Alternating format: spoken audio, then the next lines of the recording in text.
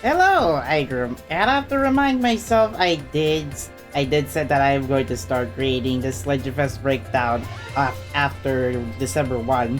So yeah, I still haven't cleared chapter 14 because I'm saving that for English version livestream. But anyway, I have to remind myself I will have to clear out Atelier Summer 2024. It's almost done anyway, I guess 1 day from now by the time I upload this video. And yes, I still have a lot of those leftovers Legend Fes medals for a reason. Oh yeah, because of the first anniversary promotion, yeah, there are going to be a lot of Memoria paid banners that I think it would have been a good idea to get some, alright? So anyway, this is the point in time for another Legend Fes Breakdown. This is another one-shot recording this time, and yes, Johanna and Saskia are now joined the team. Now I will skip the B-roll this time since Johanna and Saskia are two surprising units that you can choose during the first part of the first anniversary countdown. I will have to note first anniversary countdown because there will be a wave of first anniversary Legend Fes banners I will have to cover as soon as possible if they release. So, and because it's also December, yep, holiday is on the way. So, Saskia is the Master of Alchemy. I support her, obviously. Skill 1 is 62% damage, 7% break with 106 weight single target that allows her to recover item gauge by 10% and boost all critical allies. All critical damage to all allies by 20% for 2 turns. So, pretty much stackable depending if Saskia were to go next on the second turn. I think it's possible to stack it up to 40, only for one instance where all characters will be able to boost the critical damage by 40% on one time. But it is a short while. But do expect the item gauge is going to be useful on the upcoming item war if you're going to play her in manual teams. But it's more or less good if you're very good at using your items tactically. Snowflake Dance, it does not incur any damage, but she has 200 ticks of weight. This targets all allies. This restores item gauge by 10%. Increase all allies' magical attack by 9%, but with a limit of 27%. Now, by the time she uses her skill 2, the next ally on her, as long as it's not a burst panel, will be converted into a boost plus panel. So even a free space will be created into a boost plus panel. Now, I'd say this is pretty useful. Saskia is a very good tactical. I support her considering skill 1 and skill 2 does restore item gauge like quickly if you can. But what's useful is that if you were to side her with a team, especially if you have an ice team, she can increase the magical attack cap by the time she's on her 4th attack. If you were to use the same skill 3 times, then all allies will be able to take advantage of her physical cap boost. But not only that, if you have an attacker besides Saskia by the time she uses it, expect your character to be able to get the skill damage boost by 40%, so useful and all that. Spectrum Lune. All targets 300% damage, 37% break damage, 200 ticks of weight. This allows her to restore item gauge by 40%, and all targets meaning enemies, will convert all of their panels into weakened panels, regardless if it has a burst panel, which is a good idea. Now, there's no restriction, fortunately, considering this is a burst skill, and this will also create weakened plus panels if it's empty, so amplified skill damage decreased by 80%. Gosh, those enemies are gonna be on a pity ride. I will have to demonstrate how that Speculum Lane works, but she has a very good prophetical prophecy verse animation. I cannot even explain, but I did saw her do that in the Japanese version, but nonetheless, Saskia has the beautiful burst animation, whether it be day or night. Then all she can do is just throw in the shooting stars towards her enemies. I believe this plot armor will do just that. I mean, if you have Skirt from Genshin Impact, that is. She has two abilities. So as she has two abilities, if a party member uses a battle item, she will grant negative effects, immunity all allies up to 3 times per battle. So as long as you're going to use one item, it will be used once, and then the item gauge will be emptied out. This is where Saskia will take advantage of this ability. If you were to use her skill 1 and 2, then this ability will be able to speed up the effects of the negative effects immunity. In case if you're tackling enemies that will be buffed more often. I couldn't believe I still haven't even cleared chapter 13 very hard to this very day. She has advanced all, obviously all defense stats up by 10% for all allies, and the comment is with us. All allies critical damage will be up by 5% for each Lanterna character in the party. So if you have 5 Lanterna characters, that is about 25, including herself. So obviously these are the characters from Lanterna. I mean, at this point, if you're Oshi for Resleriana, especially the upcoming Red Guardian and Red Alchemist and White Guardian, I'm looking forward to this offline game. I mean, I could just buy it for my Switch. She also has promising teamwork, obviously a few characters from other series, Resleriana Academy. I mean, you can't. I mean, even though the Resleriana Academy event arc is already over, I think this is the next event arc that it should be available as a revival event in the Japanese version by the time I started streaming again. Mentor, of course, Shisho Masters, and last but not least, the carefree ones. And yeah, 3 characters. Maddie, Sophie, Valeria, and now herself, Saskia. Obviously, she has 5% skill ice resistance. Her gift cards this time are green to purple with Ice Shield, Ice Blessing, and Magic Boost Resolve. I'd say this is not a useful trait unless we have a character that can utilize low HP count. I guess, but I prefer to have these 2 traits better to work on. For Saskia, if you were to use her in synthesizing. But other than that, I think Saskia is going to be useful on item recovery boost, especially if you were to use her in item war, then this item gauge from her skill 2 will be useful. Regardless if we have her on manual or autoplay team, this will work. And especially if you want enemies to debuff damage inflicted, this burst skill will work in your favor, depending on the battlefield. Useful for certain ice floor towers and maybe your Romance Grand Tournament if the ice battle, if you want the ice battle to be a bit easy because enemies will likely inflict certain targets other than your defender. So yeah, I'd say good support. Good supporter, but useful if you have Lanterna characters because you might need her if you were to set her as leader skill, critical damage, and increased defenses. That's fine.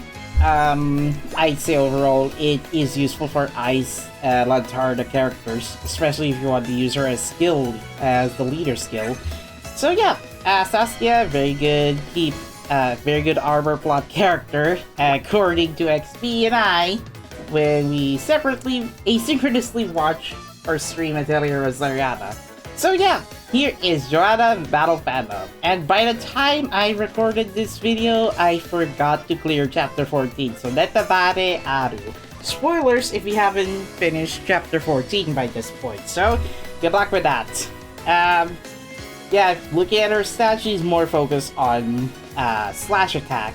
I do have her in the Japanese version, fortunately, so skill 1 is Moonbeams. Well, this is pretty ironic because Moonbeams are like poisonous, right?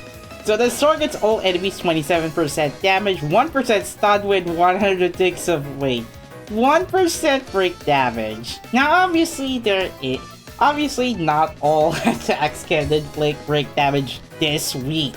I guess this is the first time that this character has a break damage of 1% for a skill 1. So now this one's pretty useful if you're inflicting status effects. Johanna will debuff targets for status effect by 50%. And do notice all targets, though there is a very high chance that she will inflict targets with poison for 2 turns. So, if the enemy did inflict poison by its turn, I guess there's a chance the enemy will get knocked out. Why didn't I see this when Johanna was an enemy or non-playable version? Anyway, this is a quick idea if you want to inflict poison. Gosh, I cannot believe there are certain affinity towers that need this. You need to inflict status effect, and particularly poison ones. So, here's the thing. How do you say this? If Kuderia is not going to be your ideal ally, if you're going to use her in an Infinity Tower, I think Johanna might be a good idea because she is going to inflict all targets with poison targets. And no joke, the decreased status effect resistance is going to be a big help if you're going to tackle a few towers that required status effect infliction.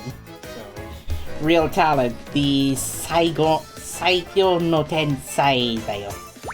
So, Phantom Mirror Slash, she has charge lamps at this point. 247% damage, 23% break damage, 200 ticks of fate, target single, so she will boost physical attack damage received to that enemy by 35% for 2 attacks. She will also charge her skill chill. Okay, so skill charges or skill lamps. If it's fully charged, she will grant stealth evasion for 100% for 1 attack. Imagine this is somewhat like a non-permanent solution if you have Swartz Rose Soul. However, there is a good trade-off for not having a self-evasion for each turn. She can allow herself to increase her speed by 50% for 2 turns. And she'll, on top of having to increase her physical attack. Now what this means is, for 2 turns, if Johanna were to stack this speed by several times, look at her speed stat, 280. She is the fastest attacker overall. You don't see characters with this stack of speed a lot. This is the first of the kind, so Johanna is very genius and agile.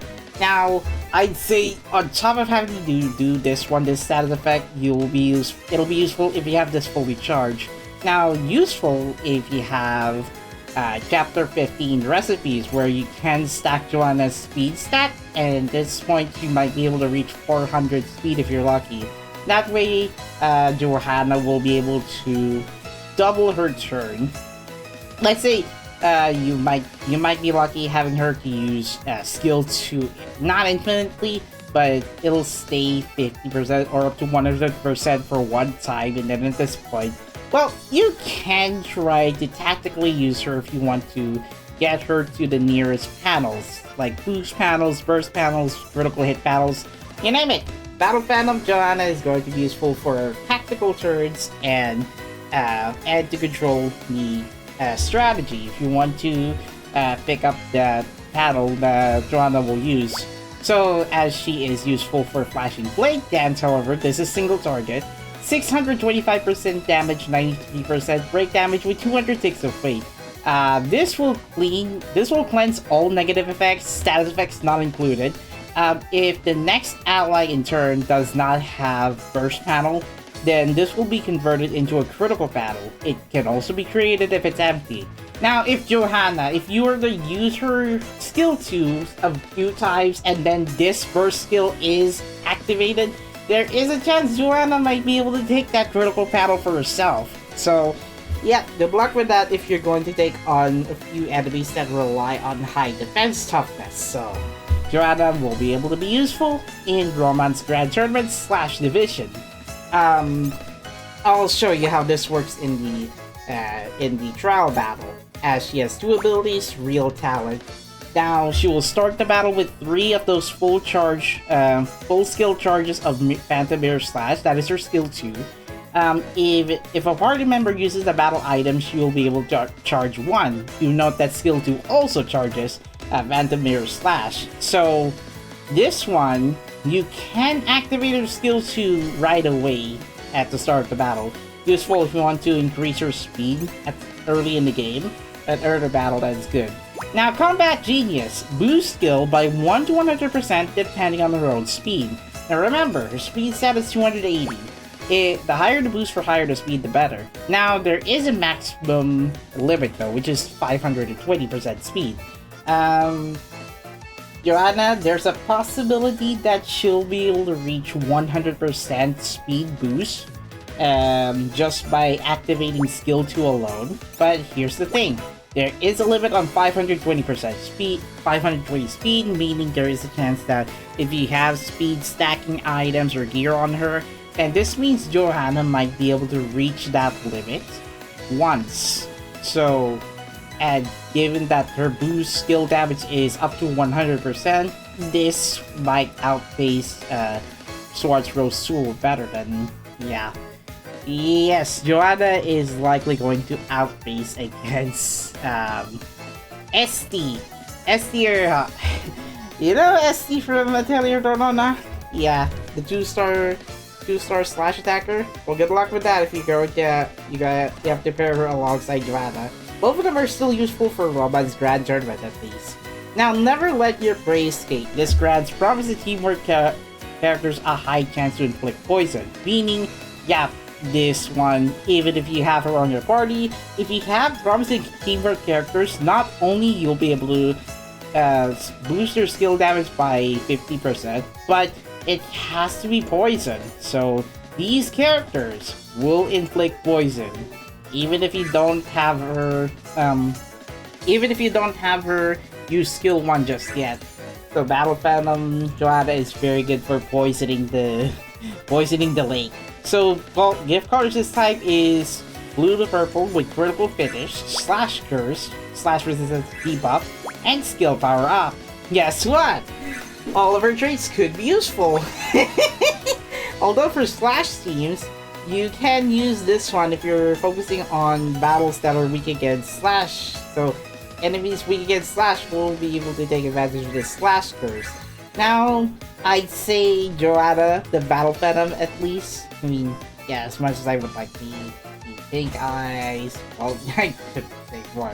But anyway, very good for poison inflicting battles. She can stack speed, and you will need to at least unlock Story Chapter 15 if you want to get her recipes just to increase her speed stack. Overall, she's very good. I'd say she's above average for Romance Grand Tournament, Slash Towers, and even very hard score battles that are weak against Slash elements. So I'd say it's more or less double S for me. Now for the featured Memoria, A Page in Friendship.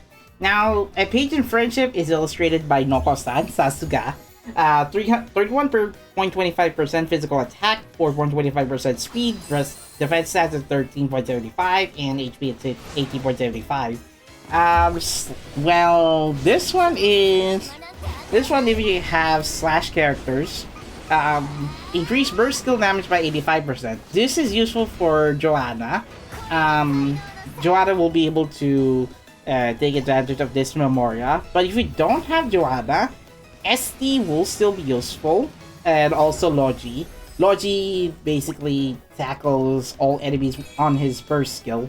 So, though the slash affinity burst up 3 is useful for slash characters and all that, but as long as it has to be a slash attacker, that is. So, I guess overall for part 1 of this Legend Fes Breakdown banner, it's pretty good.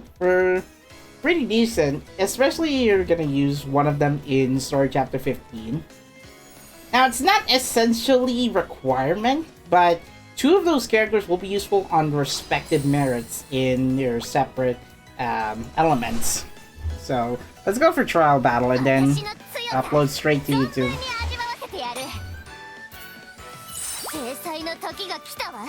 Well, guess who's paired up this time?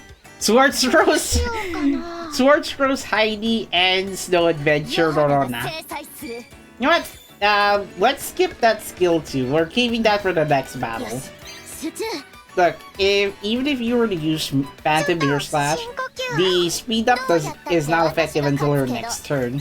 So let's give her the Flashing Blade dance. By next turn, Heidi is going to be using that critical paddle. So get ready for some, let's get ready for, first skill animation. I didn't even play once, so let's go for that. Throwing poisonous blades, he disappeared. It's a shadow clone everywhere! Ah! And slash forward. You cannot even find the real Johanna before she can even attack you on the last slash burn.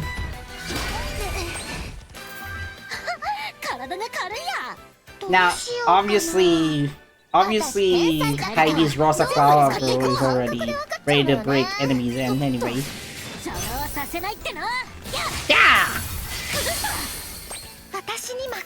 Alright, give it to Johanna, even though she's going to take advantage of her skill 2 next. Now, Phantom Mirror Slash. It disappears from behind, and critical hit slash upwards. That's actually sidewards. Oh, good luck with that. And yeah, because Johanna is part of Lantarda, oh yeah. Let me check. So let me check her leader skill. Obviously, for opposite teamwork characters, there's a high chance Heidi or Johanna might be able to inflict poison status effect on this bird, but you know what? I don't care. Yeah, good luck with that. You know what? Finish the battle so that I can show Johanna's skill 1. There. Now, if you notice, Johanna's speed is already boosted by her next turn. Look at this. She is already like 2 turns behind Heidi and Verona. Even if you were to match against the enemies, there's a chance that Johanna might be able to attack twice in a single turn.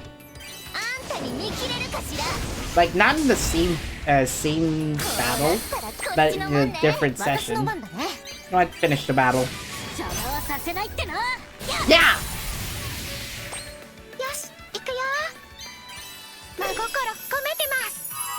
Installation!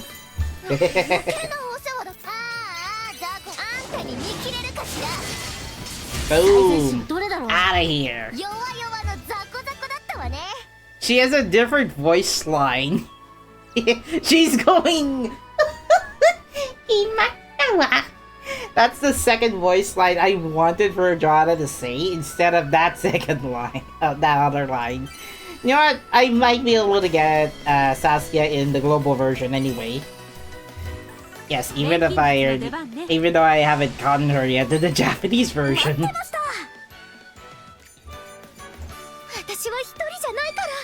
Hmm? Oh yeah, Academy, Resna, and Ryzen. You know what? Obviously, this takes place in the Resleriana Academy arc battle. Obviously.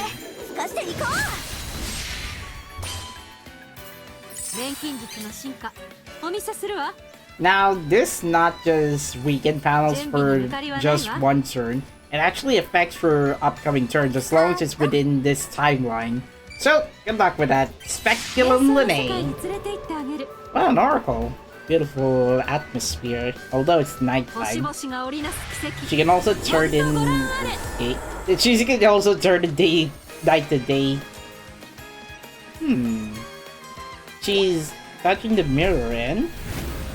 Oh! Okay, it's the moon. Now it turns into a projectile. Get ready for cosmic annihilation! 4 shooting stars that turn into meteorites. Yep, that's how fierce Saskia is. I'm betting there's going to be another Saskia variant that will be useful for an upcoming story arc.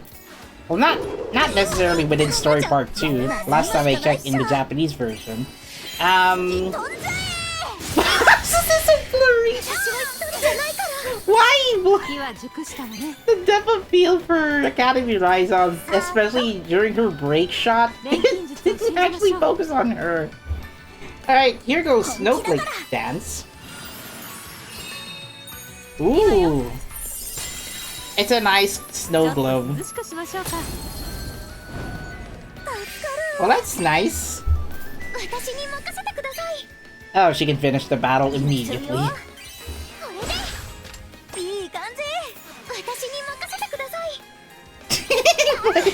I'm letting her do the same thing.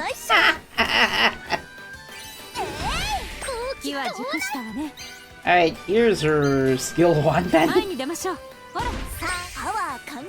Alright, finish the battle. Now, at this point, Resleriana is already nearing its climax part for Story Arc 2. So I might be able to predict what's going on in the Japanese version as soon as I'm back to streaming on Saturday.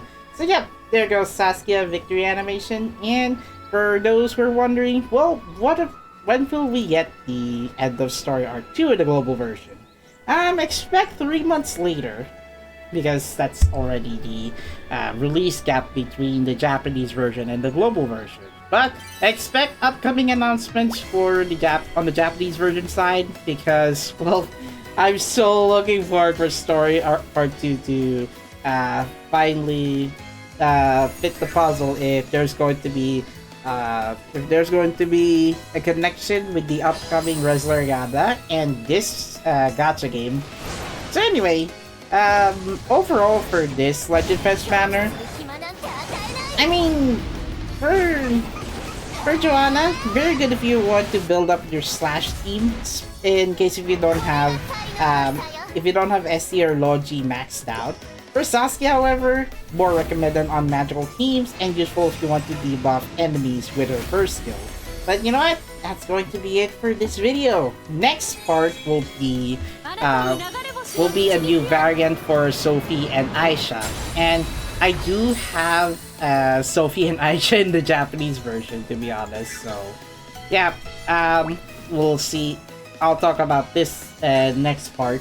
Now let's see on the feature before I finish the video. You know what? If I get Saskia, no, that's fine. Give it to me. Bah! Not a good time. Ayesha. 3, 4, 5, 6, 7, 8, 9, 10. No one. Alright, see you guys in the next video, and this is going to be a straightforward recording anyway. Next part will be new variants for Sophie and Ayesha. So yeah, that's going to be it. See you guys in the next part. Goodbye. See you soon.